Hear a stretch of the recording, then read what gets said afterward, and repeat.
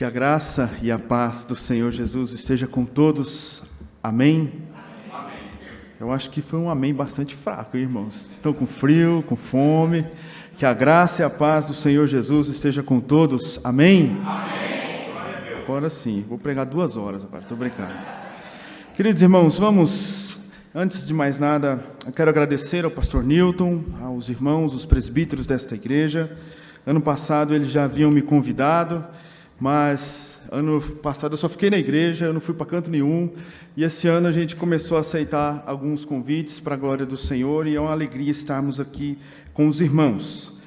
Dito isso, queremos considerar Tito capítulo 2, eu quero convidar você a abrir a sua Bíblia, lá em Tito capítulo 2, nós vamos ler os versos 11 ao 15, Tito 2, versículos 11 ao 15, e o tema da nossa meditação esta manhã é o poder transformador da graça. Tito 2, versículos 11 ao 15. Tito fica depois ali de 1 Timóteo ali. Se você encontrou, diga amém. Amém. Assim diz a santa palavra de Deus: porque a graça de Deus se manifestou, trazendo salvação a todos. Ela nos educa para que, renegadas a impiedade e as paixões mundanas, vivamos neste mundo de forma sensata, justa e piedosa, aguardando a bendita esperança e a manifestação da glória de nosso Deus e Salvador Jesus Cristo. Ele deu a si mesmo por nós, a fim de nos remir de toda iniquidade e purificar para si mesmo um povo exclusivo seu, dedicado à prática de boas obras. Ensine estas coisas, também exorte, repreenda com toda a autoridade, que ninguém despreze você.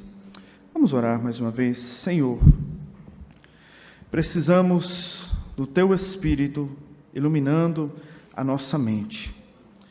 Fica conosco, Pai, nestes minutos, aonde juntos vamos olhar para o texto, aonde juntos vamos buscar entender o texto e tirar aplicações para as nossas vidas como Teu povo. Obrigado, Senhor, porque a Tua palavra é viva, é eficaz, é poderosa, e é isso que nós pedimos em nome de Jesus. Amém, amém. E amém. Então, nós temos como tema o poder transformador da graça de Deus. E conta uma história muito interessante sobre uma família pobre europeia que estava indo viajar para a América. E esta família, ela economizou muito os seus recursos para poder fazer aquela viagem tão longa de navio. Uma vez que economizaram, racionaram todos os recursos, o alimento, para poder sobreviver naquela viagem longa. Mas depois de 3 dias, o menino reclamou para o pai: pai, eu não como sanduíches de queijo. O seu pai já não tinha mais recursos, pegou a sua última moeda e deu para o seu filho e disse: vá até o restaurante e compre pelo menos 2 casquinhas e coma para saciar a sua fome. E assim aquela criança fez. Só que ele demorou a voltar, ele ficou no restaurante bastante tempo. E de repente, depois de um longo tempo, o menino volta com um sorriso largo no rosto, e o pai pergunta: aonde você estava, menino? O que você demorou tanto lá? Só foi uns centavos para comprar algumas casquinhas, mas você demorou tanto. Ao ponto que o menino respondeu: eu estava na cozinha, papai. E lá eu comi um delicioso bife, saciei a minha fome. E o pai perguntou: mas somente com 1 centavo? O menino respondeu: não, pai, a comida aqui é de graça, estava tudo incluso na passagem. Você vai falar assim: pastor, o que isso tem a ver com o tema da mensagem? Irmãos, nós estamos peregrinando para o céu, e nós nos esquecemos do banquete da graça do Senhor para as nossas vidas. Nós estamos muitas vezes contando a moeda rumo a Jerusalém celestial, e sendo mesquinhos, e nos esquecemos que a graça, ela não é uma graça barata, é um favor imerecido, mas é um banquete que nos sustenta em toda esta viagem até a Jerusalém Celestial. A boa notícia é que para esta viagem que nós estamos indo para o céu, nós não precisamos pagar alguma coisa, já tudo foi pago. Nós não precisamos buscar um novo recurso para nos manter vivos até a chegada. Nós temos todo o recurso à disposição. A graça de Deus, e Spurgeon comentando este texto, ele diz assim, muitos crentes ficam lamentavelmente aquém de experimentar as riquezas da graça de Deus em sua vida cotidiana. Há muitos cristãos apenas que mal têm a graça suficiente para fazê-los flutuar, ir até o céu. E como um casco do navio vai raspando ao cascalho durante todo o caminho. É sobre isso que nós olhamos este texto esta manhã e vemos a obra de Deus em nós é uma obra da graça, um favor imerecido. Não merecemos, o Senhor nos salvou, mas ao mesmo tempo que este Deus nos salva por sua graça, por meio de Cristo, este Deus também nos capacita, nos fortalece e nos preserva nesta santa caminhada. A pergunta esta manhã é: do tamanho de tanta graça disponível do Senhor para nós, será que nós temos saciado a nossa fome, a nossa sede, os nossos corações nesta verdade? Ou será que nós temos buscado fortalecer a nossa caminhada para Jerusalém Celestial em outras coisas que não são a graça de Deus?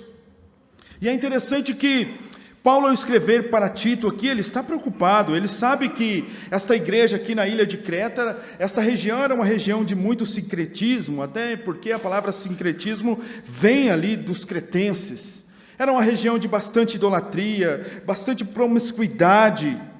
E Paulo, então, ele ensina a esta igreja, por meio do seu filho Tito, filho na fé também, a ênfase de entender a importância da doutrina e a importância da prática. As duas coisas estão conjuntas. E se nós formos olhar todo o texto de Tito, nós vamos ver que Paulo está escrevendo para Tito sobre a igreja, sobre a família e como os cristãos devem se portar diante do mundo. Por isso o texto ele enfatiza para nós tudo o que nós precisamos na vida cristã. Irmãos, com toda a sinceridade do coração, ninguém mais vai descobrir uma roda na teologia. A gente pode pesquisar e entender, mas ninguém vai falar assim, nossa, eu descobri uma doutrina nova. Não, as coisas já estão consolidadas, o Senhor já deixou a sua palavra, o fundamento dos apóstolos já foi colocado. O que precisa nós é entendermos e lançarmos as mãos naquilo que o Senhor já deixou para nós, para a nossa caminhada rumo a Jerusalém Celestial. Por isso nós precisamos lembrar do contexto. Paulo estava preocupado, esta igreja estava desenvolvendo práticas pecaminosas. É interessante que Paulo, ao iniciar, ele fala que mandou Tito para Creta para colocar as coisas em ordem. E como se coloca uma coisa em ordem na igreja? A não ser pelo ensino da doutrina, pelo ensino da graça, para compreender as verdades do Evangelho. Precisamos então lembrar, meus irmãos, a teologia e a vida andam juntas, a ortodoxia e a ortopraxia andam juntas, e é isso que Paulo está enfatizando aqui nesta carta. Nós olhamos, e é interessante, se você está com a sua Bíblia, você vai ver que nesta carta, Paulo, primeiro, dos versos do capítulo 2, verso 1 ao 10, ele abordou o dever dos mais velhos, das mulheres mais velhas. Ele fala até o versículo 10 dos deveres dos cristãos. Mas só depois ele dá, no verso 11 ao 15, a sustentação doutrinária. E o que é interessante lembrar, que para muitos teólogos, eu também entendo desta maneira, que é inseparável esta questão da doutrina e da vida. Mas aqui é interessante ter em mente que não importa a ordem, importa aonde está o fundamento. Não importa a ordem em que sentido. Será que primeiro eu vou falar do dever e depois eu vou falar da doutrina? Será que eu vou falar da doutrina depois do dever? Paulo fez isso em várias cartas, mas aqui em Tito ele faz um pouco diferente. Mas o ponto é que ele não deixou de fundamentar todo o conselho, todas as questões de ensino, de ética, todos os deveres, de fundamentar na graça de Deus. A pergunta é: tudo que nós praticamos na vida cristã está fundamentado na onde, irmãos? Por que você vem à igreja? Por que você lê a sua Bíblia? Por que você precisa da doutrina? Por que você precisa da oração? Com todo o respeito, irmãos, e também com toda a sinceridade do coração, nós temos vivido dias de pregadores de internet. Eles são uma bênção. Glória a Deus por eles, mas eles estão distantes. Nós temos vivido os dias de muito ensino teológico da internet. Você pode usar disso. Mas sabe, irmãos, uma geração de crentes que nós estamos vivendo, que você vai falar assim: por que você ora? A pessoa vai falar assim: porque... Eu vou falar dos meus pregadores favoritos, tá? Para que ninguém aqui esta manhã fale: o pastor está dando indireta, né? Vou falar de mim, tá bom, irmãos? Se alguém perguntasse para mim, eu vou falar assim: porque, um exemplo, uma pessoa que eu gosto bastante de ouvir pregar, o Jonas Madureira, disse isso, e por isso eu estou fazendo isso. Espera aí. Porque o Mark Dever disse isso, e por isso a minha prática doutrinária, a minha vida está se desenvolvendo nisso. Eu estou citando gente boa, né? Mas tem gente que cita gente ruim, que não tem fonte, que não tem seriedade nas Escrituras, para praticar coisas totalmente contrárias à verdade de Deus. E Paulo então falou: olha, os deveres estão aqui, irmãos, verso 1 ao 10 do capítulo 2, mas agora, aqui está a fundamentação. Aqui está a fundamentação. Irmãos, onde está a fundamentação da nossa fé? Está na graça? Está na verdadeira doutrina? Ou está somente... eu vi no Twitter desta manhã, né? Tem muito crente de Twitter. Eu vi no Instagram ali, mal leu, mal entendeu, mal compreendeu, mal ruminou aquilo, e já tem aquilo como uma verdade para a sua vida, e não tem o fundamento. Que o Senhor tenha misericórdia. Mas o ponto principal aqui, a mensagem central, esta manhã, é que a graça de Deus é o fundamento de uma vida transformada. Ela é o fundamento. Você não é transformado porque o seu pastor, ou porque você ama um pregador favorito, não. Você foi transformado por causa da graça de Deus. É uma verdade. Mas a outra verdade também, que a mesma graça que transforma, que salva, é a graça que nos sustenta até o dia final das nossas vidas, nos capacitando para uma vida piedosa no presente momento. É essa graça que nos capacita. Nós não podemos salvar a nós mesmos, nós não podemos nos ser capacitados sozinhos. Nós precisamos entender que somos salvos, fortalecidos, transformados radicalmente pela graça de Deus. Essa graça que liberta é a mesma graça que transforma e nos sustenta. Por isso, ao refletirmos em Tito capítulo 2, lembramos, meus irmãos, e abracemos essa verdade.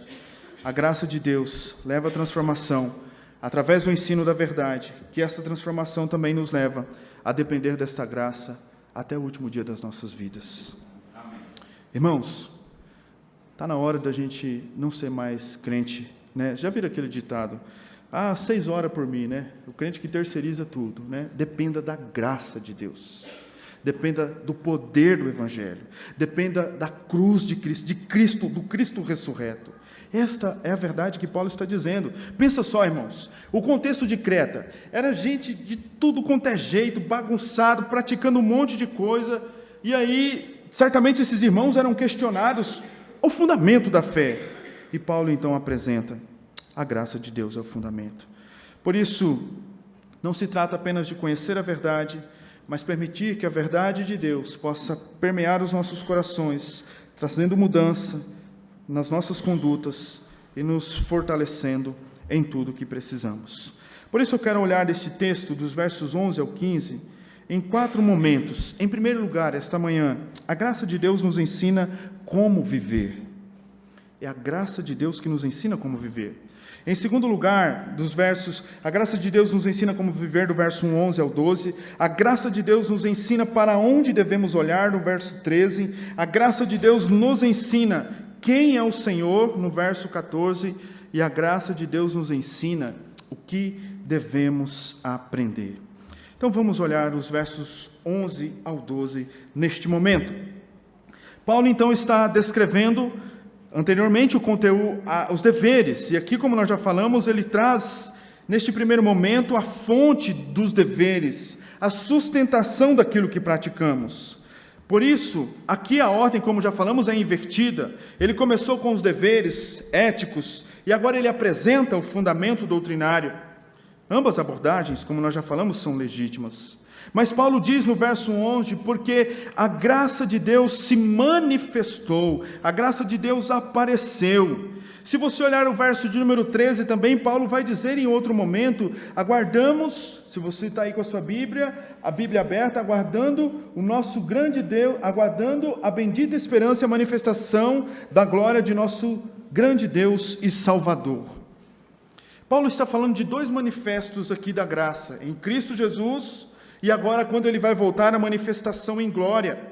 E aqui Paulo está fundamentando que a vida do crente é esta vida hoje, né? Porque nós não temos ninguém mais vivo do tempo de Jesus, né? Então Jesus veio, morreu, ressuscitou, ascendeu-se aos céus, e aí os discípulos continuaram, a maioria já partiu que estavam com Jesus, e nós, conforme João 17 vai dizer, Jesus vai dizer que ele ora até por aqueles que iriam crer, e nós cremos. E nós estamos hoje vivendo neste momento entre estas duas manifestações de Cristo, a graça encarnada de Deus enviado a nós, e aguardando a manifestação da glória quando Cristo voltará para buscar a mim e a você. Mas o que ele está dizendo aqui para nós esta manhã é que a graça chegou até a nós.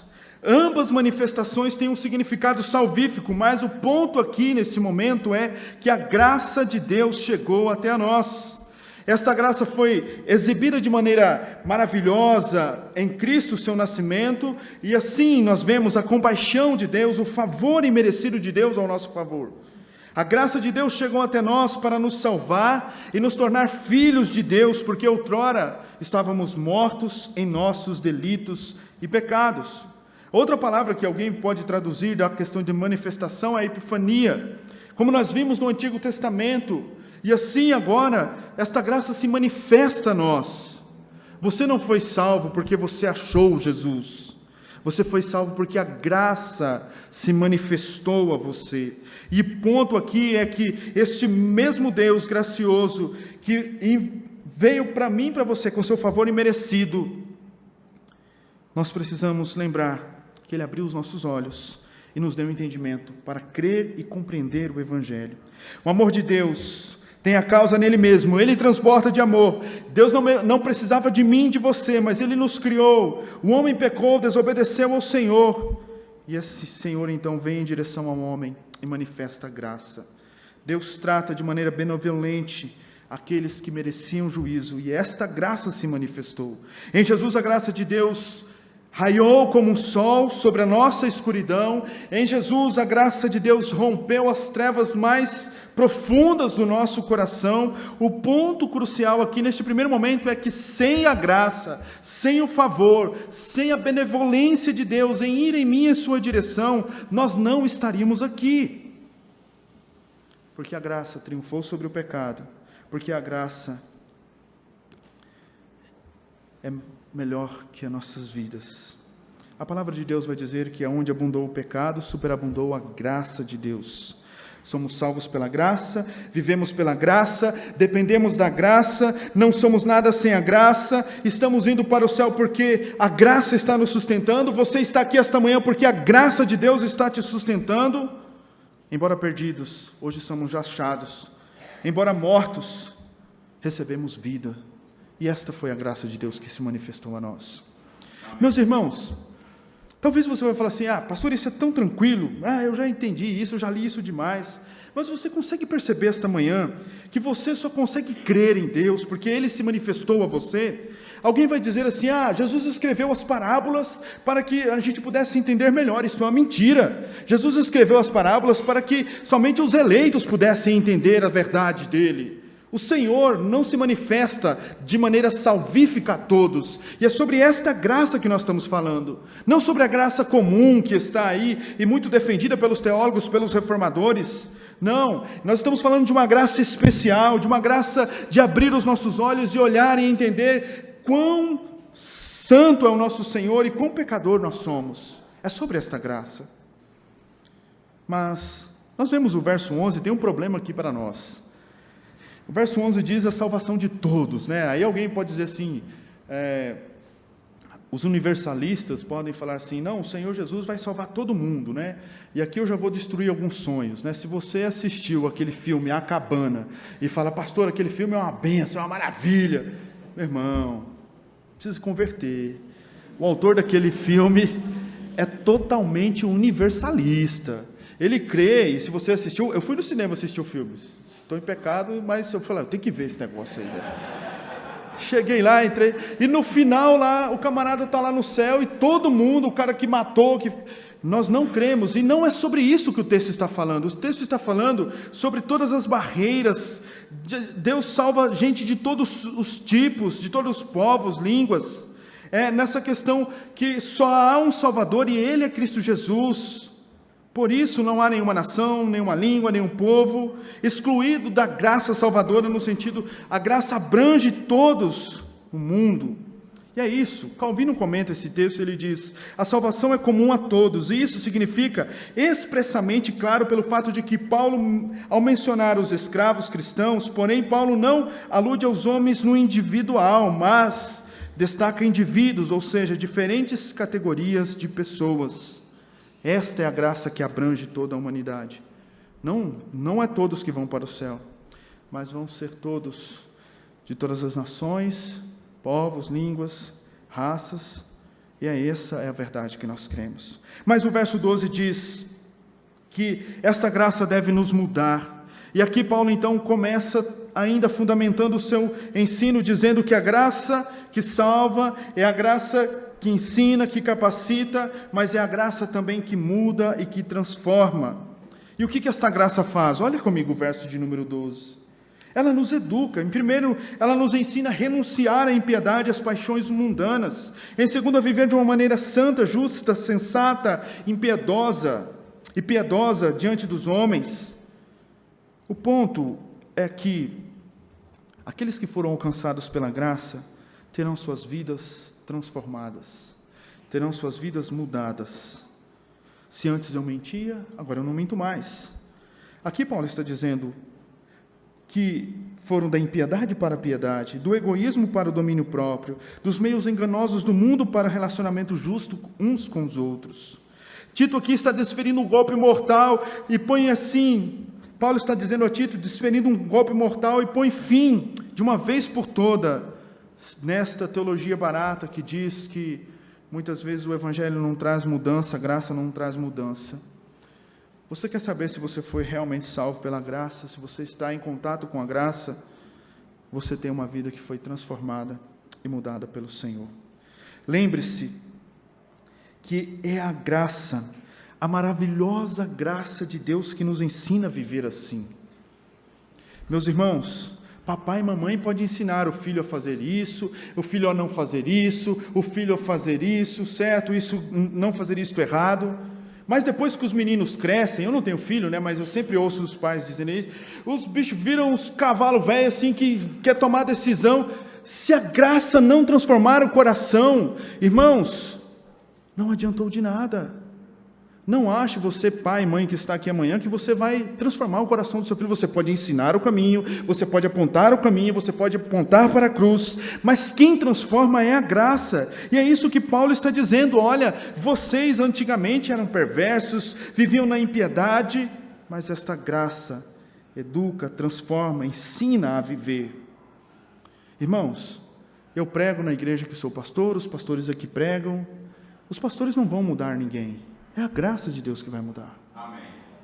Não vai ser o pastor, eu posso dar uns gritos aqui, subir no púlpito, pular, não vai adiantar se não for a graça, e este é um entendimento que nós precisamos ter. A graça é pedagógica, ela educa, ela ensina, ela nos ensina, e aí nós vemos, renegar a falsa teologia, verso 12, parte A, a palavra impiedade refere-se aí à rejeição, tudo que tem a ver com Deus. Impiedade, ela rejeita, ela se opõe à verdade de Deus. A graça, então, ela vai nos levar a renegar a falsa teologia, a graça vai nos ensinar a renegar a falsa ética, as paixões mundanas, as suas consequências. Stott vai dizer, e ele diz, A graça de Deus nos disciplina a renunciar à nossa velha vida e a viver uma nova vida, e a passar da impiedade para a piedade, do egoísmo para o autocontrole. Mas também a graça nos educa a fazer o bem. Não acho que você faz o bem porque você é bonzinho. Você e eu não somos bons. Eu vou citar o pastor Maurício Andrade, recentemente numa formação com ele. Ele disse que constantemente ele fala para a igreja dele: vocês não prestam. Ninguém aqui, meus irmãos, é bom. Esta é a verdade. Se nós fazemos o bem, é porque a graça de Deus está atuando em nós. E é isso que Paulo está dizendo aqui. A graça nos ensina a praticar o bem. A graça nos ensina o relacionamento correto com o Senhor, quando fala de justiça aí, relacionamento correto com o Senhor, uns com os outros. Esta é a graça que nos ensina a fazer o bem. Mas esta graça também nos ensina um relacionamento com o nosso Deus, um relacionamento de intimidade, de devoção e de piedade. Sendo assim, irmãos, posto a primeira verdade, a graça nos ensina a viver como cristãos na face da terra. A graça que nos molda e nos faz parecidos mais com Cristo. Você está vivendo baseado no quê? Baseado a sua vida dependida na graça do Senhor? Talvez, e aí eu quero, e esta é a aplicação para mim mais importante esta manhã, que talvez você diga assim: pastor, mas é tão difícil, parece que a gente fica falando de graça, graça, graça, e aí eu só lembro de graça, e aí a pergunta é: o que é a graça? Será que todos nós aqui temos uma compreensão do que é a graça de Deus? Ah, pastor, eu já sei, os catecismos dizem que a graça é um favor imerecido, e realmente é um favor imerecido. Não merecíamos tal revelação, não merecíamos tal descortinar dos nossos olhos, não merecíamos. Se você for olhar Romanos 3, 24, vai dizer que nós somos justificados gratuitamente pela sua graça. Romanos 5, 15, se muitos morreram pela transgressão de um homem, muito mais a graça de Deus é o dom gratuito. Romanos 11, versos 5 ao 6, no tempo presente é um remanescente escolhido pela graça. A maioria de nós temos a mentalidade da graça como um favor imerecido. E como vai dizer Sproul, glória a Deus por isso. Deus vai ficar muito contente porque nós entendemos isso. Mas Paulo nos deixa também claro que a graça, ela é um poder de Deus concedido a nós para vivermos até entrarmos os portões da mansão celestial. E aí eu gostaria agora que você olhasse. Vamos comigo em 2 Coríntios. Abra sua Bíblia lá em 2 Coríntios, o capítulo 9, o versículo 8. 2 Coríntios 9, 8. 2 Coríntios 9, 8 diz assim a palavra de Deus. 2 Coríntios 9, 8. Deus pode tornar abundante em vocês toda a graça, a fim de que, tendo sempre tudo ampla e suficientemente, em ampla suficiência, vocês sejam abundantes em toda obra, em toda boa obra. Vai mais um pouquinho para frente agora. Capítulo 12, o verso 9, diz assim, e este é um texto riquíssimo também. Capítulo 12, verso 9 diz: então ele me disse, a minha graça é o que te basta para você, porque o poder se aperfeiçoa na fraqueza. E agora volte comigo lá em 1 Coríntios, o capítulo 15, o verso de número 10. Você já deve estar acompanhando o raciocínio da leitura desses versículos. 1 Coríntios 15, 10. 1 Coríntios 15, 10. Diz assim: mas, pela graça de Deus, sou o que sou, e sua graça que me foi concedida não se tornou em vão. Pelo contrário, trabalhei muito mais do que todos eles, todavia, não eu, mas a graça de Deus comigo. Irmãos, glória a Deus porque entendemos que a graça é um favor imerecido.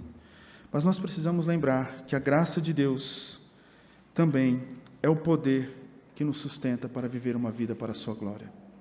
Nestes textos que lemos, Paulo está nos dizendo que a graça não é apenas uma disposição, uma inclinação de Deus, na natureza de Deus, mas é a influência, uma força, o poder, o agir de Deus que trabalha em nós para mudar as nossas vidas, mudar a nossa capacidade de trabalho, mudar a nossa capacidade de suportar o sofrimento. É isso que Paulo está dizendo aqui em Tito.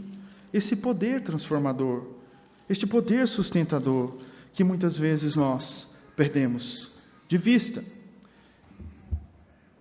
Já parou para pensar na graça de Deus desta maneira? Já parou para pensar que o fato de você hoje ter acordado, talvez já pegado seu celular, ou talvez ir tomar uma água, foi o poder da graça de Deus que te sustentou? Porque Ele te criou para a sua glória? Por isso, meus irmãos, a graça não é barata, ela tem um custo muito alto. Bonhoeffer vai rejeitar esta mentalidade de graça barata. Não, nós não estamos falando. Essa graça teve um custo muito alto, mas esta é a graça que nos ensina a viver. Nós, como vai dizer Agostinho, os mendigos precisam de caridade, assim como os pecadores precisam da graça, pois todos somos indigentes e espirituais fora de Cristo, mas Deus dá aonde encontra mãos vazias. Aonde encontra mãos vazias, Deus dá a graça. A sua mão está cheia de alguma coisa, ou você está estendendo as suas mãos vazias para o Senhor? Senhor, me dê a tua graça. Senhor, me ajude com a tua graça. Talvez alguém vai dizer que a palavra mais linda de todas as Escrituras é a graça, porque é um amor em movimento. Talvez a palavra mais falada no meio, vamos focar em nós aqui, né, irmãos? No meio mais reformado, que vai rejeitar os arminianos e tudo. Nós falamos de graça o tempo inteiro, e nós falamos que temos que viver pela graça, o crente é salvo pela graça. Mas não só viver, não só é salvo, mas é sustentado, porque tudo o que diz a piedade, consequentemente, tem a ver com a graça. É isso que Paulo está dizendo a Tito. Uma vida transformada, uma vida que aprendeu, de fato, que o objetivo da graça de Deus é nos ensinar a viver. Todos nós, esta manhã, estamos matriculados na escola da graça. Todos nós, esta manhã, entendemos que Deus realmente não nos salva, mas também nos sustenta. Assim sendo, que a graça de Deus nos ensine a viver. Você está vivendo, sendo ensinado pelos seus conceitos, por aquilo que os pregadores da internet simplesmente dizem, simplesmente por dizer? Meus irmãos, é muito triste quando alguém, eu falo isso no meu contexto, chega assim, pastor, minha vida vai ser assim agora, e não sei o quê. Aí você fala assim, mas o porquê? Não, porque fulano disse isso. Aí você vai falar assim, mas você sabia, né? Um dia eu perguntei para uma pessoa que veio me questionar uma coisa da igreja, eu falei assim, você sabia que na história da igreja, os pais da igreja não conseguiram resolver esta questão, e agora, simplesmente porque alguém disse na internet, que é uma convicção dele, individualmente, que não abrange toda a historiedade da igreja, você vai resumir a sua vida e vai viver a sua vida? Espera aí, meu querido, Deus te deu inteligência. Para pensar, se você quer ir por esse caminho, tudo bem, mas olha aqui, existe, a graça de Deus também iluminou a mente de outros homens. Irmãos, tenhamos cuidado, que o Senhor nos ajude, porque é a verdadeira graça de Deus que nos ensina a viver. Mas em segundo lugar, eu quero avançar e dizer aos irmãos que a graça de Deus que nos ensina a viver também é a graça que nos ensina para onde nós devemos olhar. O verso de número 13 está aí. Depois de falar da manifestação, agora Paulo fala da manifestação da graça, agora Paulo fala da manifestação da glória. E John Stott diz que aquele que apareceu brevemente no cenário da história desapareceu e um dia reaparecerá. Ele apareceu em graça e reaparecerá em glória. Viver neste momento, neste presente era, é um lembrete constante para nós que Cristo está a voltar e nós aguardamos e esperamos pela cidade que não tem fundamentos, cujo construtor, conforme Hebreus 11:10 diz, é o próprio Deus. A graça ela não nos ensina apenas como viver, sabemos o que esperar. Talvez você está esperando muitas coisas, o grande dia na sua vida. Mas olha, ao falar aqui no verso de número 13, aguardamos, todos nós estamos aguardando, qual é o maior evento que o crente aguarda na sua vida? A volta de Jesus Cristo. E é isso que Paulo está dizendo, nós aguardamos a manifestação da glória. E aí ambas aparições falam da mesma coisa, Cristo Jesus. Cristo Jesus apareceu, a graça, encarnou, e agora na primeira vinda, agora na sua segunda vinda, virá com glória, com esplendor, e por isso os nossos olhos estão fixos e sabemos para onde nós devemos olhar. Mas o ponto é, o que nós esperamos? Aguardamos a volta de Jesus, sabemos o que e a quem procurar, o nosso Salvador. Nós estamos procurando nós estamos vivendo para o nosso Salvador, no que procuramos, nós não procuramos qualquer coisa, nós estamos aguardando a vinda, aguardando a Cristo Jesus. Esperamos de maneira contentes, de maneira fiéis e perseverantes a vinda do nosso Senhor. Por isso, este ponto, Paulo está dizendo no verso de número 13, que aguardamos, esperamos Cristo Jesus. Esta graça nos ensina para onde nós devemos olhar. Lembra da ilustração? Talvez você está olhando somente para alguns centavos que você tem. Você está olhando somente para a sua vida e a minha vida. Nossas vidas são fracas, nós precisamos do Senhor todos os dias. Mas, meus irmãos, se todos os dias eu e você olharmos somente para mim, para o nosso coração, para as nossas forças, nós vamos nos desesperar. Mas Paulo diz, olha, lembre-se, vivam as suas vidas, sim, lembrando que a graça ensinou vocês a viver, mas também aguardando quem? Sabendo olhar para onde? Para o dia que Cristo virá nos buscar.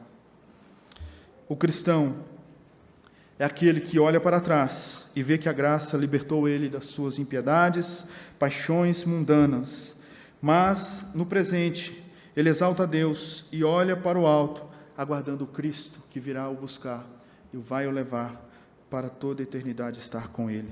A graça que nos libertou, também é a graça que nos restaurou e que nos sustenta, e também é a graça que mantém os nossos olhos fixos na cruz, sabendo, olha, como nós ouvimos na canção, podemos perder tudo, mas um dia nós teremos a certeza, se morrermos, Cristo vai nos ressuscitar, se não morrermos, os céus vai se abrir e nós teremos os nossos corpos transformados e estaremos com Ele para tudo sempre, por toda a eternidade. Amém. Esta é a verdade, a graça de Deus nos ensina para onde nós devemos olhar. Para onde nós devemos olhar? Para onde você está olhando? Irmãos, vamos olhar para a cruz, porque pela graça de Deus estamos esperando Jesus. E esta é uma espera ativa, esta não é uma espera passiva, não é uma espera de ficar sentado, mas estamos vivendo, trabalhando, fazendo, indo, vindo, mas os nossos olhos estão para os céus. Mas em terceiro lugar, a graça de Deus, no verso 14, nos ensina quem é o Senhor. Ela nos ensina a viver, ela nos ensina para onde olhar e o que esperar, a volta de Cristo Jesus, mas ela nos ensina quem é o Senhor.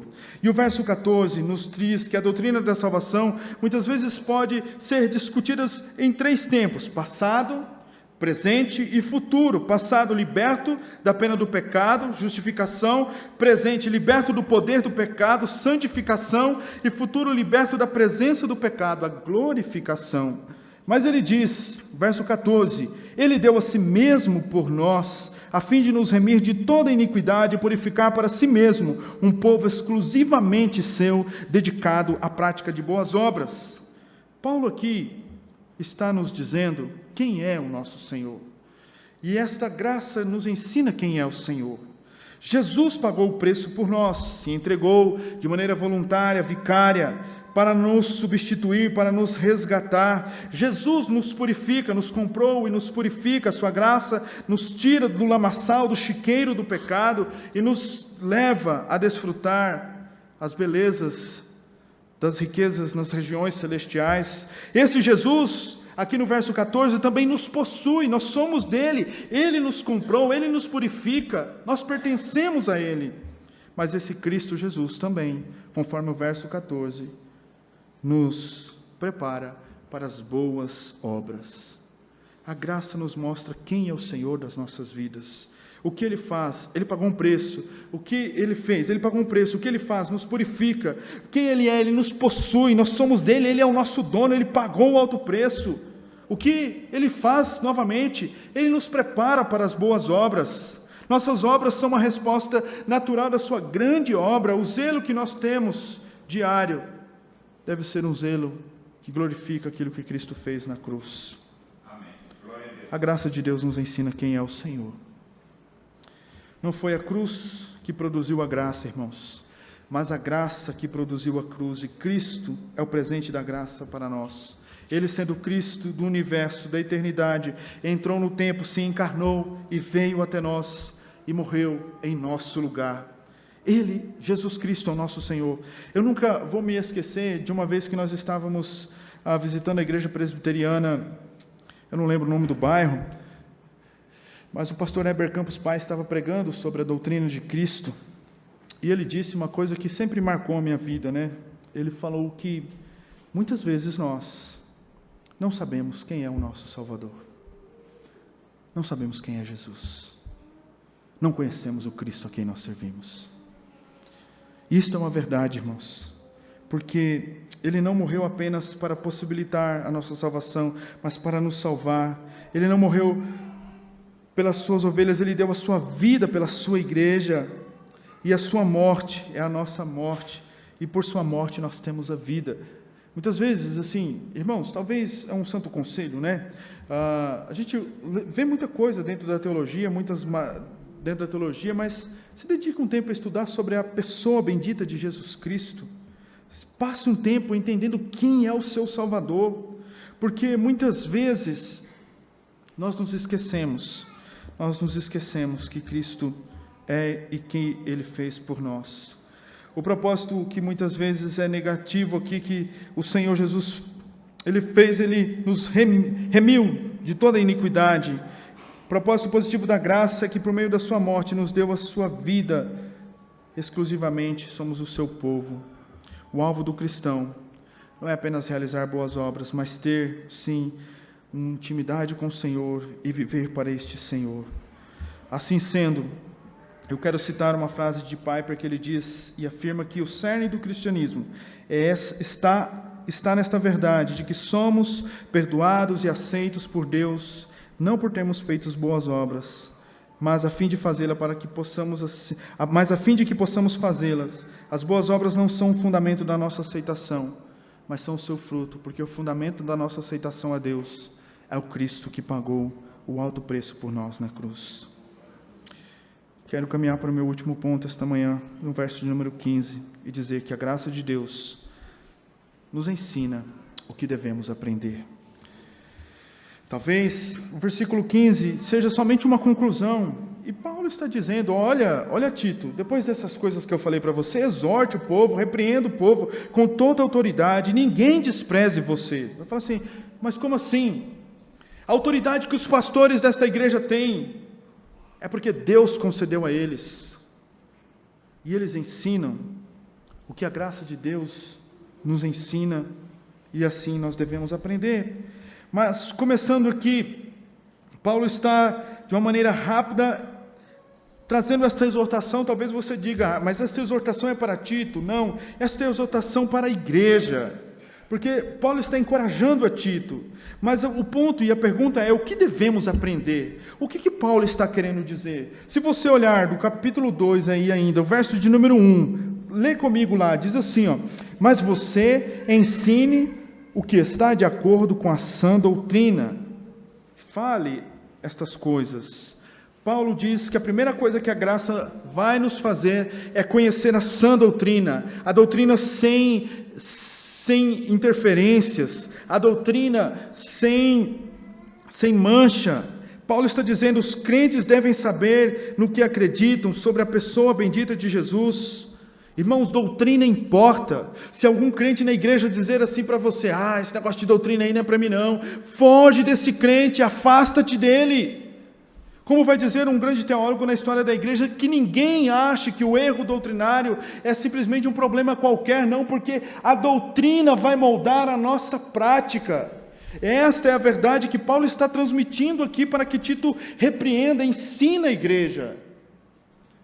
Meus irmãos, as mudanças na vida de uma igreja, nas nossas vidas, ela vem pelo fato de conhecermos a Deus e a sua verdade, a doutrina do Senhor. Este é o ponto que, por muitas vezes, eu já disse para um antigo colega meu, que era pastor de uma igreja, falei, rapaz, essa ideia de querer transformar a vida da igreja num grito, no berro, e isso e aquilo outro, não. O pastor não transforma a vida da igreja, é pelo ensino, é ensinando, orando, ensinando e orando, ensinando e orando. Nós ensinamos e oramos para que Deus faça a obra em nós. E nós precisamos da doutrina, e Paulo está dizendo, ensina a doutrina.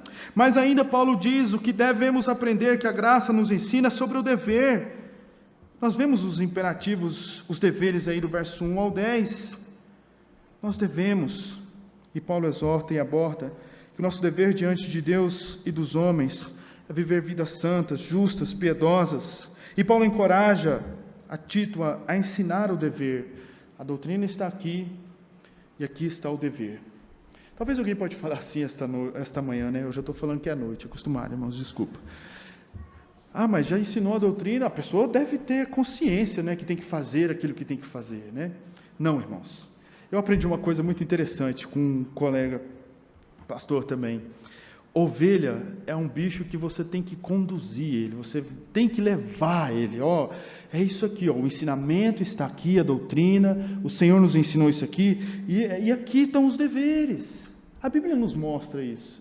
Né? Não é simplesmente assim ensinar por ensinar. Agora vamos ver, ele vai mudar. Não vai, irmãos, tem que pegar e falar, né? Sabe por que eu conto esse exemplo? Eu morei no sítio um bom tempo, e aí lá tinha os piquetes nas ovelhas, né?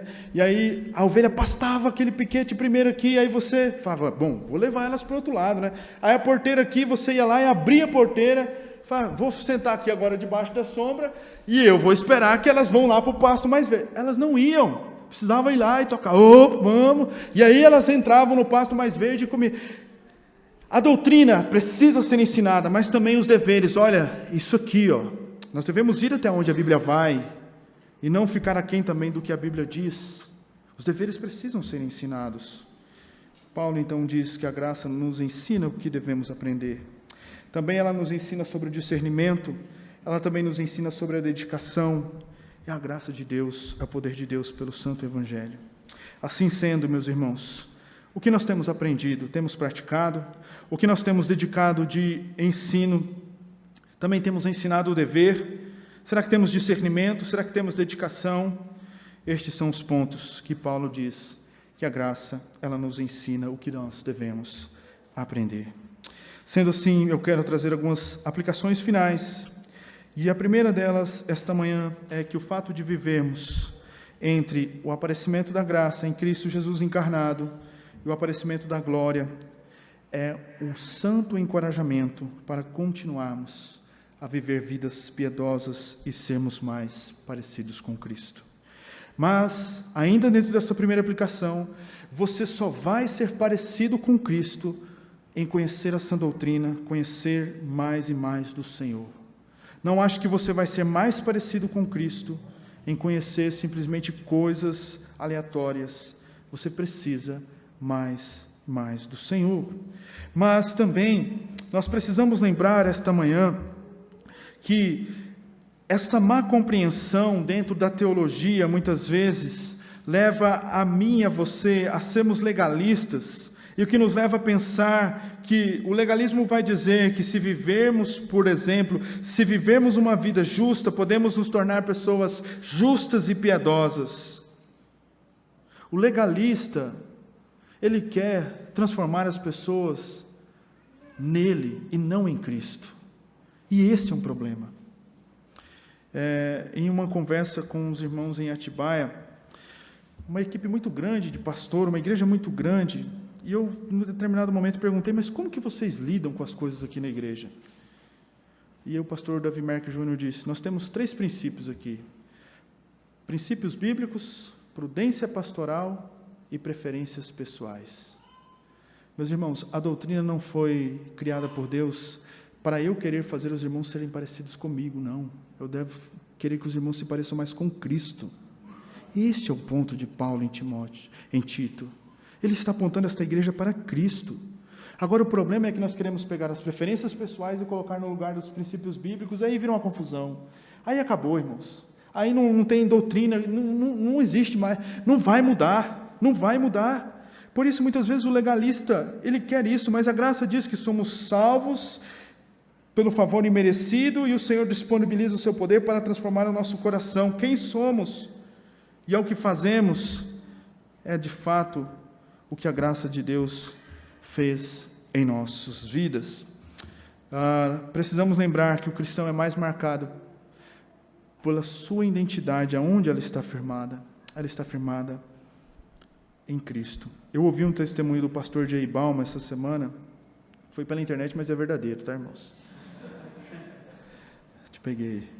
Ele contando um exemplo de uns irmãos cristãos lá no Rio Grande do Sul, e ele entrevistou um crente, um conhecido, e esse crente disse assim: pastor, perdi minha identidade, perdi minha casa, perdi meu carro, eu perdi tudo que eu tenho. Se alguém me perguntar quem é você, eu não tenho como provar, mas eu sei quem eu sou em Cristo Jesus. Amém. Glória a Deus. É ali que está fundamentada a nossa identidade, irmãos, para uma vida de piedade. Assim, nós precisamos lembrar que nós somos filhos do Rei e devemos nos portar, porque vivemos para Ele e para a sua glória. Amém. Mas eu encerro dizendo, talvez você pode dizer assim: tudo bem, a graça.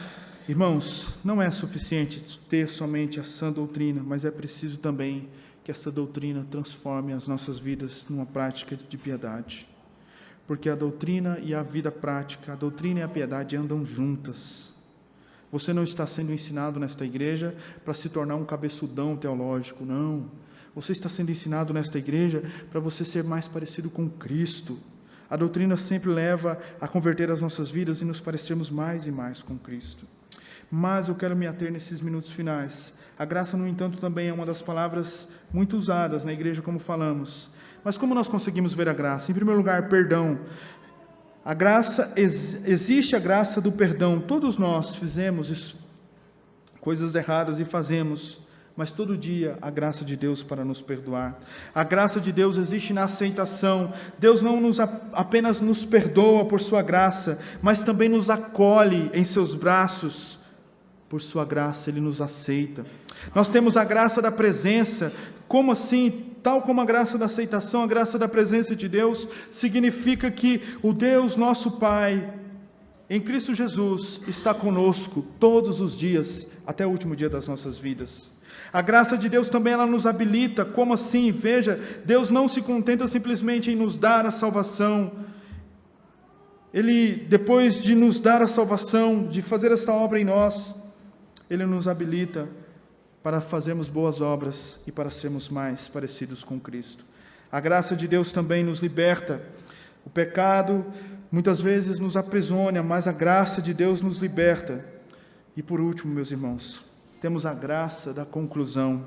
Finalmente, a graça de Deus é a graça da conclusão, porque haverá um dia em que eu e você seremos totalmente restaurados ao que deveríamos ser. E não mais o pecado em nós, não haverá mais luta, tudo será restaurado, estaremos adorando a Ele para todo sempre. Amém. Mas o problema da minha vida e da sua vida, é que nós não achamos a graça suficiente de Deus para nós. Nós achamos que o problema está fora, mas o problema está no nosso coração, e era isso que Paulo estava atacando. O problema estava no coração desses crentes, que precisavam entender que a graça, de fato, ela transforma. Fique atento, meu irmão e minha irmã, que talvez você possa dizer assim: mas aonde eu encontro a graça? Será que é num copo? Eu vou chegar em casa e vou tomar um copo de graça? Não, meus irmãos, existem os meios de graça. Esta reunião, esta manhã, é um meio de graça, uma reunião de oração, uma leitura bíblica, um tempo de devoção, um discipulado, são meios que o Senhor está comunicando graça, força, a mim e a você, amém, para sobrevivermos nos últimos dias deste mundo. Lembre-se que todos os dias nós precisamos de graça. Eu quero citar uma última frase de Moody. Um homem não pode absorver o suprimento, comer tudo de uma vez. Já pensou se hoje eu falar assim: eu vou almoçar hoje para o resto do ano de 2024? Isso é impossível. Mas, lembre-se que, assim como o homem não pode comer o suficiente para durar os próximos meses, Moody vai dizer para nós que nós devemos recorrer às reservas ilimitadas da graça de Deus, dia após dia, para nos sustentar até o dia que nós iremos ouvir: vinde benditos de meu Pai, para as mansões celestiais. Que a graça de Deus te sustente, sustente a minha vida e a sua família. Que a graça de Deus seja o fundamento para todos os dias, até a eternidade.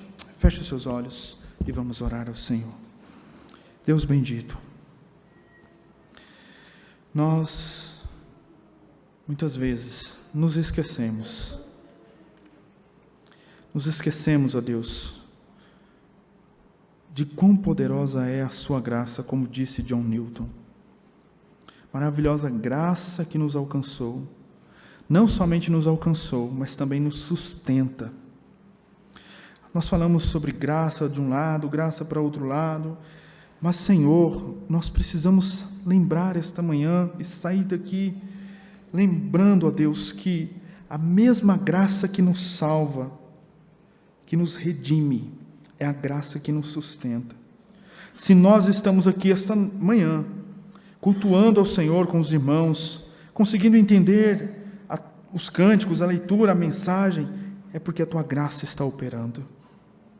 Senhor, nós estávamos mortos, nossos delitos e pecados, estávamos sem vida, mas o Senhor se manifestou a nós, e como o Senhor é um Deus bondoso, amoroso, que o Senhor não simplesmente nos salva, nos dá uma nova vida, nos lava dos nossos pecados, mas também provê todo o suprimento, tudo aquilo que precisamos, até encontrarmos contigo por toda a eternidade. Ó Deus, não existe ninguém como Tu, só o Senhor é o Deus criador e sustentador, o Deus preservador do seu povo. Quem é como Tu, Senhor? Nos ajude, ó Deus, a dependermos mais do Senhor e da Sua graça. A graça na hora que saímos daqui, a graça enquanto estivermos no trânsito, enquanto formos almoçar com as nossas famílias. Senhor, a nossa vida é uma vida de graça, do início ao fim, e bendito seja o Senhor. Senhor, livra-nos da nossa incredulidade, livra-nos, ó Deus, de buscar os meios errados, mas nos faz, ó Deus, nos deleitar mais e mais em Ti. Converta o nosso coração, Senhor, quebranta-nos, e que possamos lembrar que sem o Senhor nada podemos fazer, e que possamos lembrar esta manhã ao sairmos daqui, que Cristo em nós é a esperança da glória eterna. É assim que oramos, em nome de Jesus. Amém.